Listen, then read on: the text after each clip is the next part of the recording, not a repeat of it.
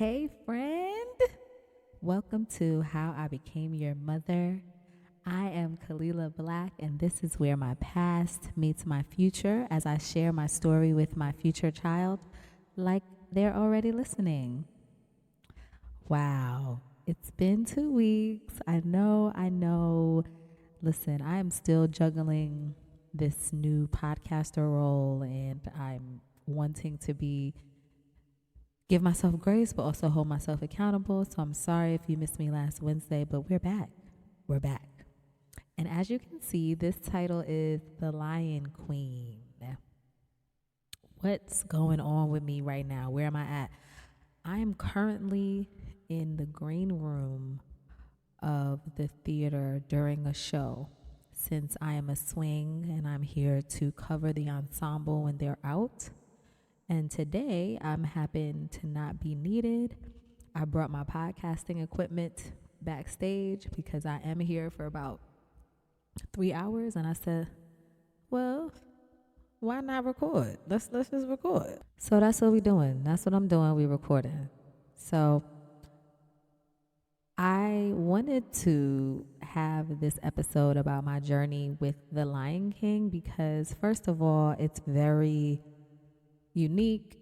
I've learned so much about myself, and I want to give you insight on who I am and what I stand for and all of those things, because this show has really meant a lot to me, and I want to give some context. So I think that I just want to start from the very, very beginning, right? So my first interaction with The Lion King was when I went to go see it. Mommy took me when I was about 5 or 6 to see it, and I just remember being in awe.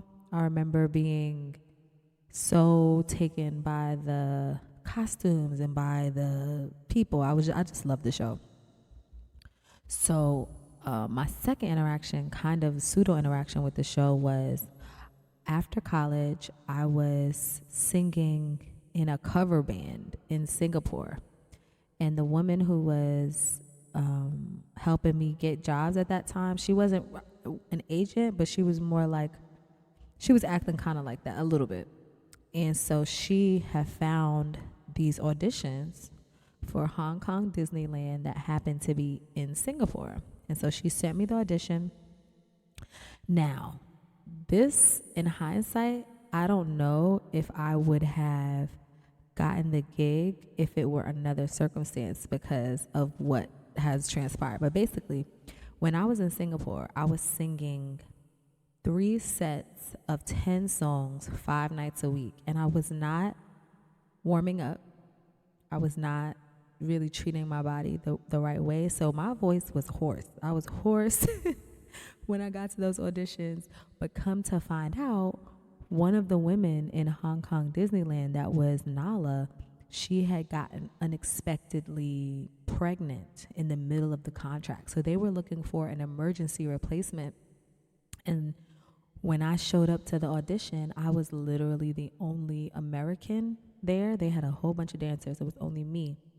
And I just remember them hearing me and saying, like, what are you doing here again? And I'm like, yeah, I'm working in here as a cover band, but I go back.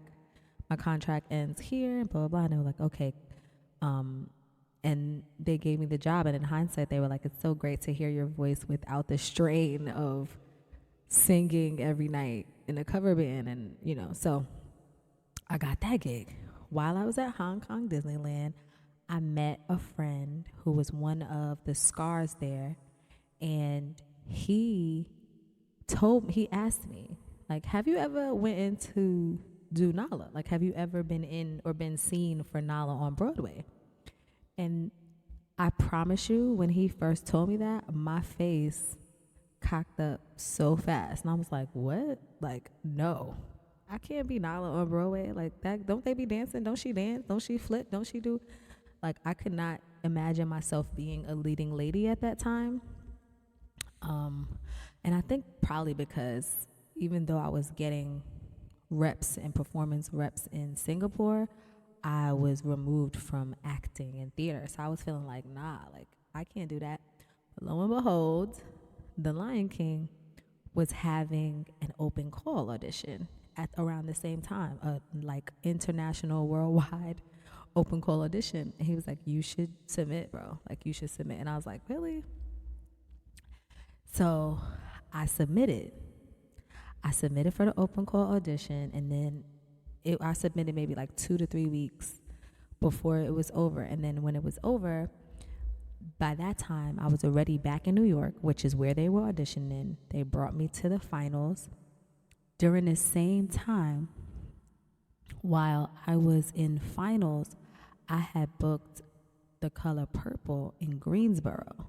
So while I was performing in Greensboro, I was taking the China bus, 8 hours back and forth. So I would go to do the show, take the China bus, go back to rehearsal, I would go do the show, take the China bus, go into callbacks, then take the China bus back to North Carolina to be in the show. Like it was back and forth, back and forth. Lo and behold, it was me and maybe 3 other women, and I did not get it. My homegirl Nia actually got it that time. She was the youngest adult Nala to be cast, because she was actually a teenager. She was actually a kid. She was 17, and so she got it. I was heartbroken. I was like, oh, this is whack. Like, this is crazy. Yeah, y'all don't love me. It's clipped. So I was like, it's so funny because this whole time, and this, I would say like 2 to 3 years, I was really adamant about not going on a cruise ships, because I was like, the cruise ship shows are corny. Like, I auditioned for a cruise ship show for Carnival Cruise Lines in 2007. And when they didn't cast me, I was over it. I was like, y'all are whack anyway. So after I got rejected the first time from Lion King, I was like, you know what? I have to get out of New York. The New York scene is crazy. They don't like me. Like, it's crazy. Because I had been in finals for 3 projects. I was in finals for Book of Mormon. I was in finals for Motown. And then I was in finals for The Lion King. And all 3 of them washed me.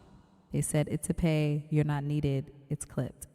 I was heartbroken. So I was like, you know what? Let me go get on this cruise ship. So what I did was I made the jankiest, most guerrilla style reel of all of this chopped up footage from me in The Color Purple, me in Hong Kong Disneyland, and I don't know what, I used something else, and I sent it out to mad cruise lines. Within 3 days, I had 2 offers, one from Princess and one from RCL. And I went with Princess Cruises. I was like, I gotta go. I gotta get out of here. I gotta work. I gotta get out of here. And then I went on a cruise, booked the cruise. 2 months into the cruise, Lion King calls me back for a callback. Can't make it. Because why? Because I'm in the Caribbean on a boat, on a ship. I was on a ship. I was heartbroken. Around the same time, I connect with this woman on the ship, one of my homies, and she introduces me to The Secret. The Secret by Rhonda Byrne, which is a book about the law of attraction. And she talks to me about how we create our own reality with the power of our minds, and that I can have whatever I want. And that because these shows know me and have been seeing me, that I could potentially still be on the shows. And she was just like, the biggest thing that I think you need to do is you need to choose. You have to choose. So I was like, because at that time I was just like, I want to be on Broadway, like whatever. I just want to be in a Broadway show, like please, please, please. And she was just like, you have to choose. Like, that's how it works. You choose and then you zero in. So I was like, okay. So I was like, should I do Book of Mormon? I'm like, nah, like that's fun, but I was shooting for Nabalingi, and I was like, Motown was dumb fun. Like, Motown at first was my first choice because I love the music so much, and I was just like, nah, like, something told me Lion King. Like, something was just like, it's stable, they keep calling you back. They called you back more than the rest of them, so just choose that. So I chose the Lion King. And I made a vision board. I started talking myself from the future, like of after I got the role. I researched, I went on a website and I visited the website so much that I was having ads of Lion King all over. I told everybody that that's what I wanted to be. That's what I wanted to be in. I I like researched the whole cast and started following their individual journeys. The Nala at the time before, oh, so the Nala that won was my homegirl Nia, but they put her on the tour. So the Nala that they had at that time, they wound up keeping for Broadway. So and her name is Chantel. She was she's from Toronto, and I remember she had this series online, on YouTube about her experience on Broadway, and I was soaking it up. I was using her words as like visualization tools and her footage of the backstage, and I already knew how backstage looked. I knew how the house looked. Like I was immersed in Lion King, and I would just on the ship, I would just imagine myself and just say, I really want to be in this show. Like I want to do it. Da da da.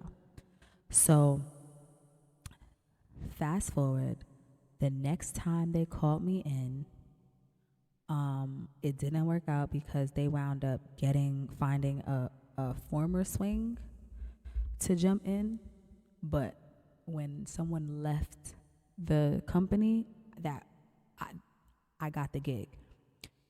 So when I first got the gig to be a swing, it did not come with any cover. So I was just a swing. I didn't have any principal coverage. I wasn't Nala. I wasn't Shinzi. I wasn't Sarabi. Rafiki. I was just a swing, just a cover. And when I was there as a cover, I was like initially very over it because first of all, I didn't know what being a swing was. I had no context for it, and it felt like you were supposed to know. Like when I learned it from the dance supervisor and the dance captain, it was just like, you're supposed to have your book, you gotta have this, you gotta have this. And I'm like, I've never been a swinger. I don't know nothing about none of this. Like, I don't know what. And then on top of that, I don't have no speaking parts. Like, I'm just gonna join the company without nothing. Like, it felt so bold, but I didn't have any representation. It was just me.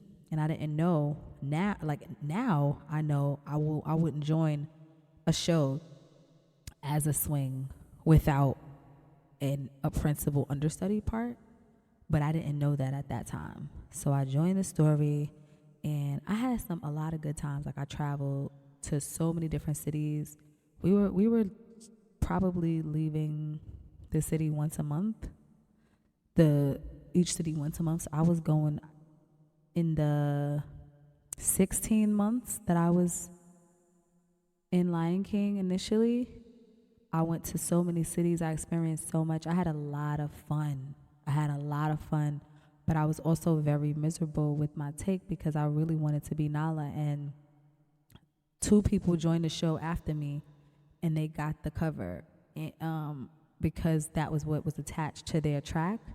But I didn't get it. And I was just heartbroken. So I was just like, I gotta leave. So I left the show. And then they called me 2 months later to cover the show on Broadway. And that's how I made my Broadway debut. So I want to pause right now and say that it was crazy because even though I had manifested the show, even though I was a member of the show, I didn't feel like, at first I felt triumphant because I was like, oh my God, I got the Lion King. But then after a while, it was like, but you're not Nala. Like, you're not Nala, and it's actually like you're not eating. You're not eating the girls up at all. Like, this is corny. And so it would be crazy because during the whole time I would come there, because Lion King can definitely give at times revolving door. Like, there's a lot of people in and out. And every time I would meet a new person or somebody that would come in a company, they would ask me like, oh, do you cover Nala? Because you should. And when they would say that, I would just get so upset because in my mind, I'm like, see, everybody can see that I'm Nala, but y'all can't. Like, everybody can see that I deserve this, but they can't.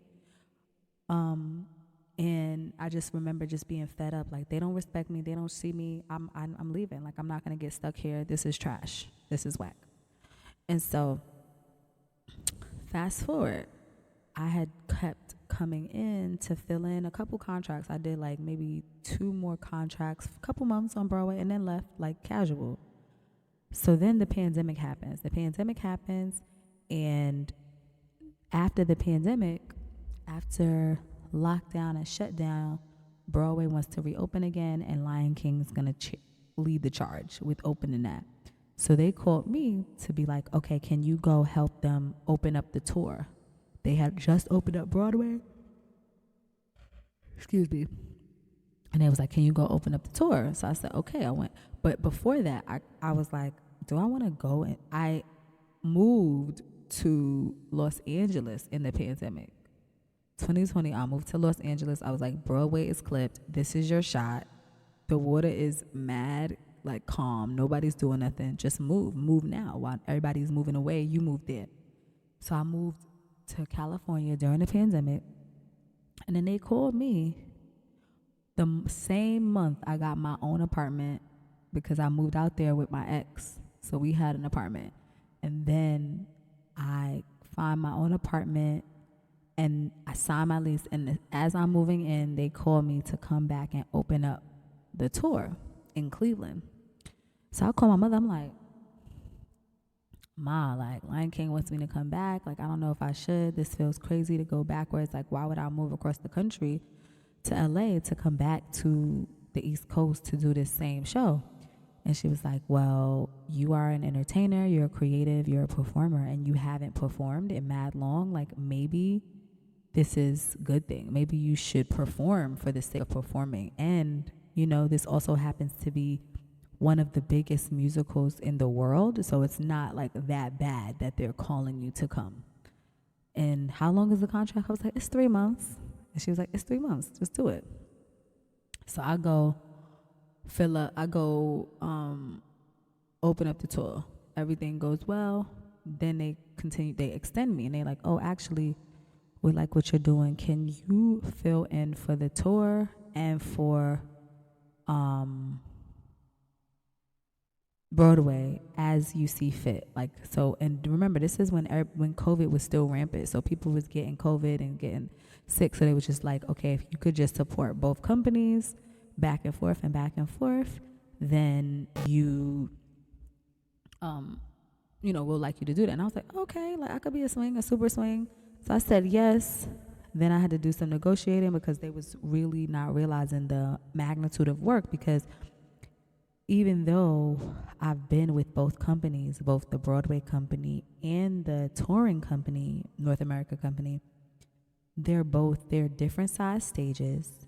There's different characters, there's different vocal parts, it's different staging, different choreo at times.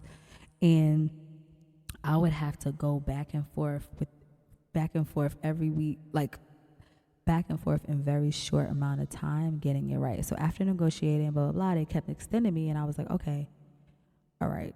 I got fed up because I was just like, okay, if y'all keep extending me, I'm going to need y'all to give me the Nala cover. Like, I need to accelerate and get Nala. And so, I forgot to say that during my first time when I was on a tour, I did wind up getting the Shenzi cover, and I wound up eating it, and I enjoyed it, and I had a lot of fun. So fast forward, I'm back here, and I was like, yo, y'all got to give me the Nala cover because it's time. And they were like, no, we don't give the cover to members. We don't give the cover to people who are not permanent members. And I was like, I know that that's something that's new, that y'all don't, that's something that's unheard of. But the first thing that I ever auditioned for to be in this show was Nala. That's the first thing I've ever done. They've heard me, I can sing it, and I won't feel like I'm excelling creatively if I do not have some time as Nala. They gave it to me. And then, come to find out, after they gave it to me, they needed me. They needed me for the national commercial because they didn't have anybody. So it wound up working out. I wound up getting stage time. I wound up opening.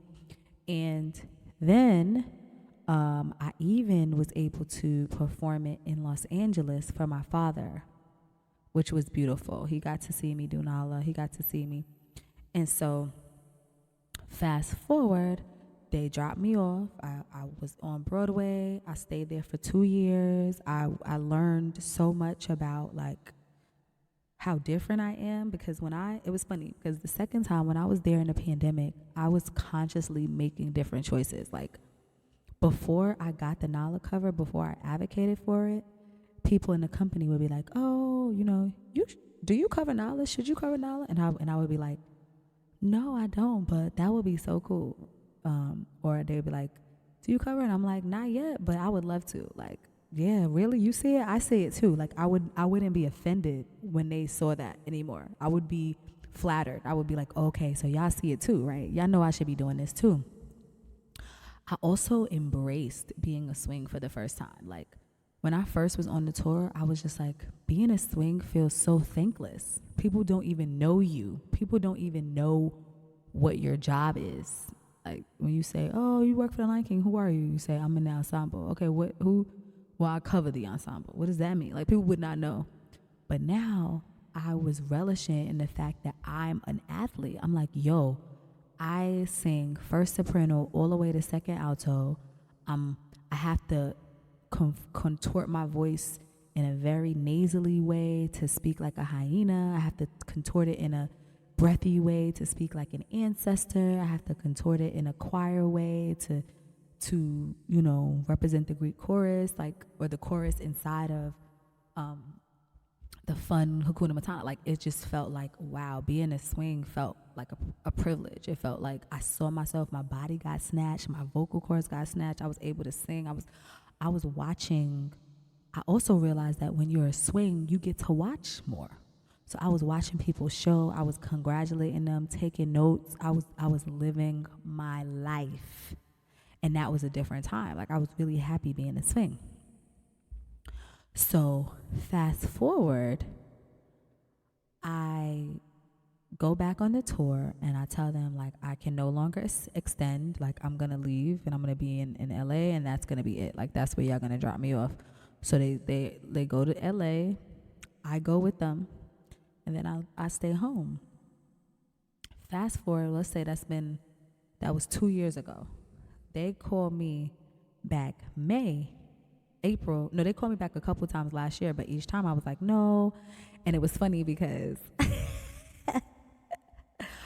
when I was in LA, I got to LA, I was like, oh my God, like I finally got the dollar cover. Like I performed in the Pantages. I performed in such and such. Like y'all are not going to see me back with the Lion King unless I'm sitting in that principal chair. Like I'm done with the bunker. I'm done with the ensemble. It's paid. And y'all are, not y'all are paid, but I'm finished.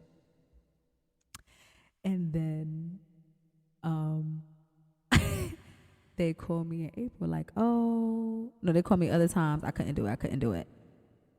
I told them I'm not doing nothing outside of the principals. They had the whole company come to the Hollywood Bowl 20 minutes away from me and did not invite me because I said I wasn't going to be in the ensemble no more. I was so mad, y'all. I was so mad. Y'all would have rather fly people in and y'all didn't hit me and I'm around the corner from this. I was so sick, but I realized like you told them that. You told them don't hit you. So I was like, okay. So I circled back in the email like, yeah, I've realized that I'm actually open to being in the ensemble and the principal. So then they called me back to do 2 different specialty events as Nala. One was in D23 and one was a Christmas spectacular in Disney World. And that has been amazing. Like I would not have been able to be Nala had I not gotten a cover. Like, so that was great. So they, I've been working with your grandmother and making sure everything has been like, it's been going well with her and we're still figuring out money. But then when I was there with her, I have been feeling like confused about my resources. Like, what am I, like, if I go work somewhere, how can I manage the home? Like, how can I have to do something that, like, I was just trying to figure out a source of income that could support us, but I couldn't see it. So it was giving very much underneath, depressed, like, just down in the dumps until Lion King hits me. and they asked me if I want to come to the Toronto company. Now, the initial offer, what Canadians make as it pertains to you, the Americans in US dollars, is different.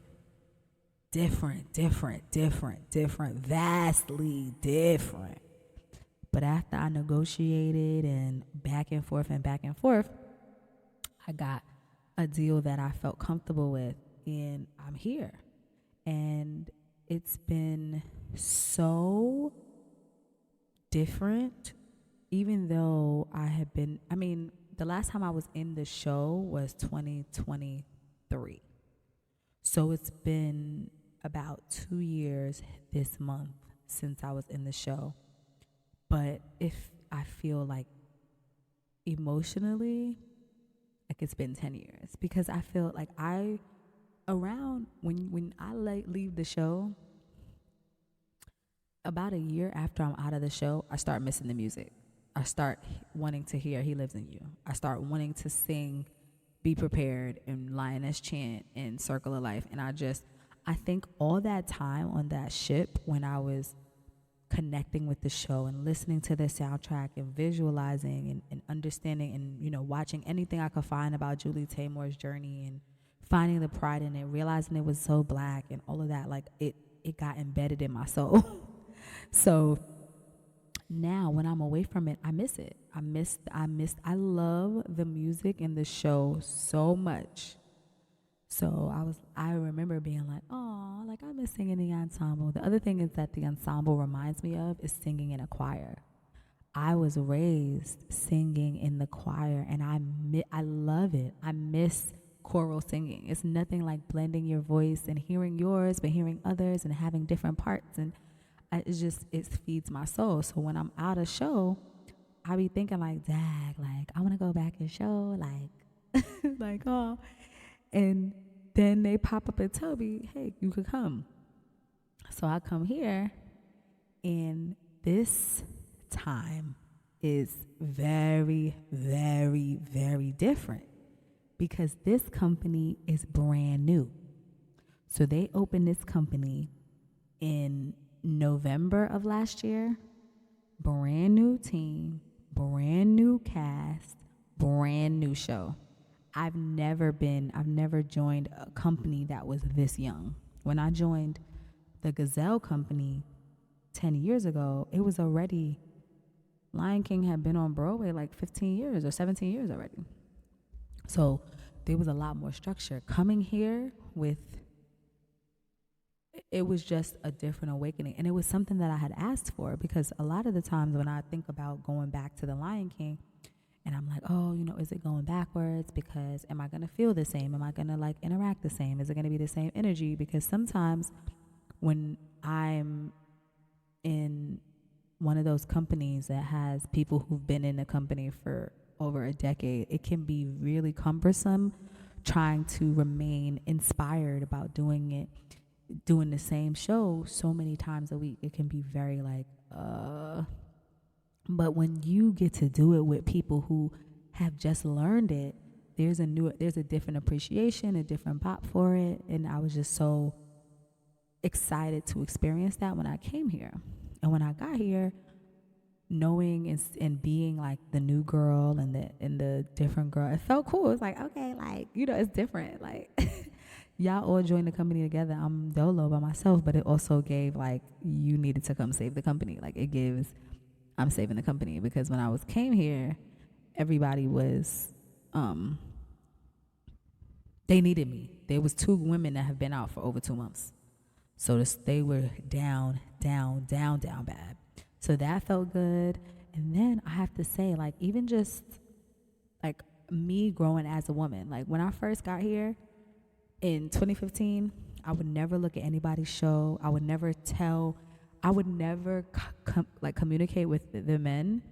And I have to say this, it's so interesting, because I have an interesting thing as it pertains to straight men that I'm working on, where back in the day, if you're a straight man but you're partnered, I just would rather ignore you, because I don't want nobody to think I want to talk to you. I don't want to talk to you, and I really don't have no need for you And that would just close me off to a lot of things. Just conversations, I would be weird because I just felt like I didn't want to be perceived. I just didn't want no funny business with nobody's man. But now I realize like that's mad childish. Like there are boundaries, there are steps before breaking boundaries that can be worked out, and you can be open and you can share your light and you can connect with the straight man without it being like, what's going on, So that's been different. I've been very, very open. I've been having new friends. And it also feels good to be kind of like the veteran too. Like, oh, okay, this is how this is done. Like, I know this is like, that has felt good. Unfortunately for this company though, they found out that that they're closing. So while I had never been a part of a company that is brand new, I've also never been a part of a company that was closing. And so that was different because while they're closing, we found out that the company was closing August 30th. The same week, the creative team, the worldwide creative team who checks in on the Lion King companies came here, and they were already coming in for a checkup during the same week we found out that the show was closing. So you know what that meant? They had auditions. So in 1 week, we knew the creative team was coming. We found out we had auditions. We found out the creative team was coming. We found out the company was closing, and then we had auditions. So it's just been up and down. But I do feel like, I'm a different person. And every time I come and I touch this show and this show touches me, it helps me to measure who I am, because it's like the show is the same. The job is the same for the most part, but who am I? How am I going to do this job the best? Like, for example, when I first joined the tour, I was never a girl to work out. Like, I'm like, especially, I just didn't understand. I'm like, we're doing a show 8 times a week, and you expect me to work more when I'm already jumping on the steel stage? Like, I couldn't see it. Now, I have workout cues inside of the show. I do push-ups, I do sit-ups. Like, I understand that I can use this. Like, I've always been able to use this show as leverage. Like, I always audition better when I come out of this show. I have a better confidence, more light, because when you perform regularly in front of thousands of people, there's a different level of confidence that you get. And if you nurture that and realizing like, oh, okay, like, yeah, I'm auditioning right now and I'm back in audition scene, but like, I'm a master at this. Like, I'm a performer. I have reps and rounds of this. It feels different, So I've learned that. I've also learned like my control of my instrument and singing all of those different parts is massive. Like the strength. I'm like, okay, the talent is nurtured. Like you're good money, like, So that has been something that I took away from being in the show. What I think I'm going to leave behind is this pressure of having to do something new. Now, granted, even though I've been in this show for 10 years, I cumulatively have maybe done 4 years. Maybe, and that's pushing it. Nah, I want to say it's more like, yeah, maybe 4 years. So within that time, I was doing other things, like, And so I want to burn the idea that, like, doing anything that you've done before is going backwards, because even if you've done it before, you were not you before. You can always learn because you're a new person. Like, I'm a new person. I'm a different person because of who I am. And even when I come back to this same show, even when I come back to the same people, I'm new. I think that the wisdom that I'm holding on to it is that my Lion King journey, like, especially, and I think this may be an unpopular belief, but I don't think you're meant as a creative to do a show 8 times a week for mad years back to back. I just don't see it. I just feel like there comes a point in time where you don't bring that same level of fire, integrity, gratitude for it. And I think it's up to you to honor that by taking the leave, by getting out of there. And I feel like Lion King is one of the best places to do that because they always need you back. They always need you back. So also, hey y'all, if y'all one of my Lion King family members on Broadway, homies that don't want to let go ahead and let it go. Go ahead and let it go. Get up off that golden throne, them golden handcuffs, and give somebody else a shot while you recalibrate so that you'll be ready and different the next time the Lion King calls you back. What are my gratitude parts? I think that the thing that's like one of the most gratifying things is probably the love and reception from the audience members. Like walking through the aisle every night, having people crying and in tears, being moved by your presence is a connecting, validating, and affirming experience that makes me feel like I'm walking in purpose. It's like all of this time auditioning, all of this time singing in the mirror, all of this time refining these characters in this role, I get it. It made it worth something. Like this makes it worth it. I'm a star. Like I really made it. You know, those are the thoughts that come up. That's what my gratitude is. Like also, I got Nala, and I was working on Nala during the same time my mother was paralyzed from a stroke. Had I not had Nala to focus on, I don't know how I would have been able to stay afloat and to stay grounded. Like I was able to lock in on a new character, on a dream role, and have a dream experience while experiencing one of the most horrific nightmares of all time. Waking up and your mother's paralyzed. So that was great.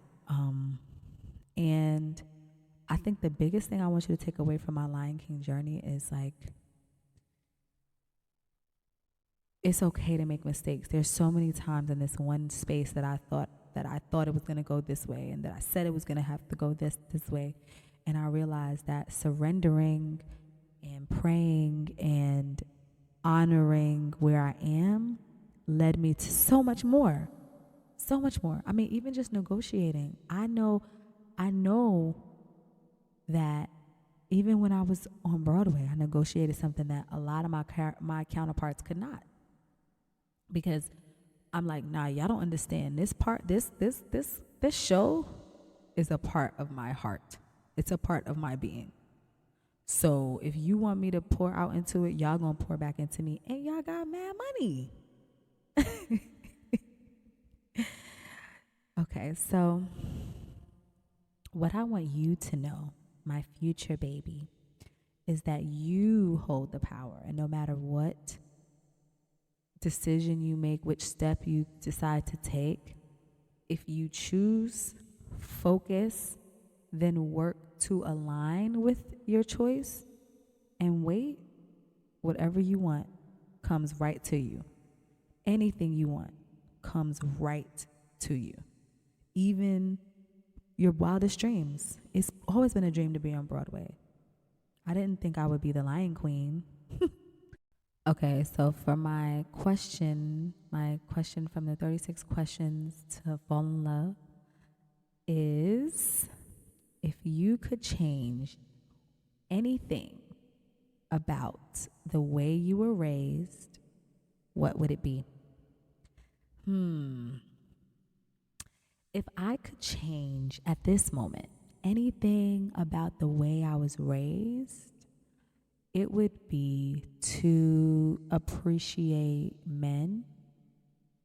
I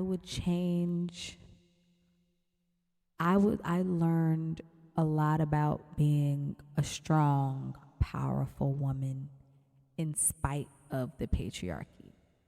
And that is a valuable lesson. And I would change the idea that it's that thought versus feminine thought, that thought versus traditional thought. Whereas I think both can be true. Like, I know I'm powerful, I'm capable, and I'm strong. And I also know that I want and need to be in a relation with men. And I value what they bring to the table and their uniqueness. And I don't think that it would be better off without them. Like, so I would change the way I was raised to believe that men were a second thought, because later on it had me refining my thought process. And when I have a son, which you might be listening right now, I wouldn't want you to feel that way. I want you to feel empowered for your purpose, for your structure, for the point of you being here. If you only remember one thing from this episode, I want you to remember that anything is possible. I booked The Lion King without an agent, without the confidence, without the correct, I was doing what I could do in terms of preparation, but I don't have no vocal training, no formal vocal training. Like, I called a homie that I did a show with, and she coached me. I was doing what I could, and it worked out. It worked out. So I want you to know that it really is the thought first. The thoughts do come first. And Lion King continues to be that model for me in my life, because whenever I ask for it, it comes right back around. Okay, thank you for listening. I hope that this episode was something worth listening to. It felt a little scatterbrained because I feel like I have more stuff to say, but I didn't know what to say. I just felt like, oh. But I'm glad I'm back.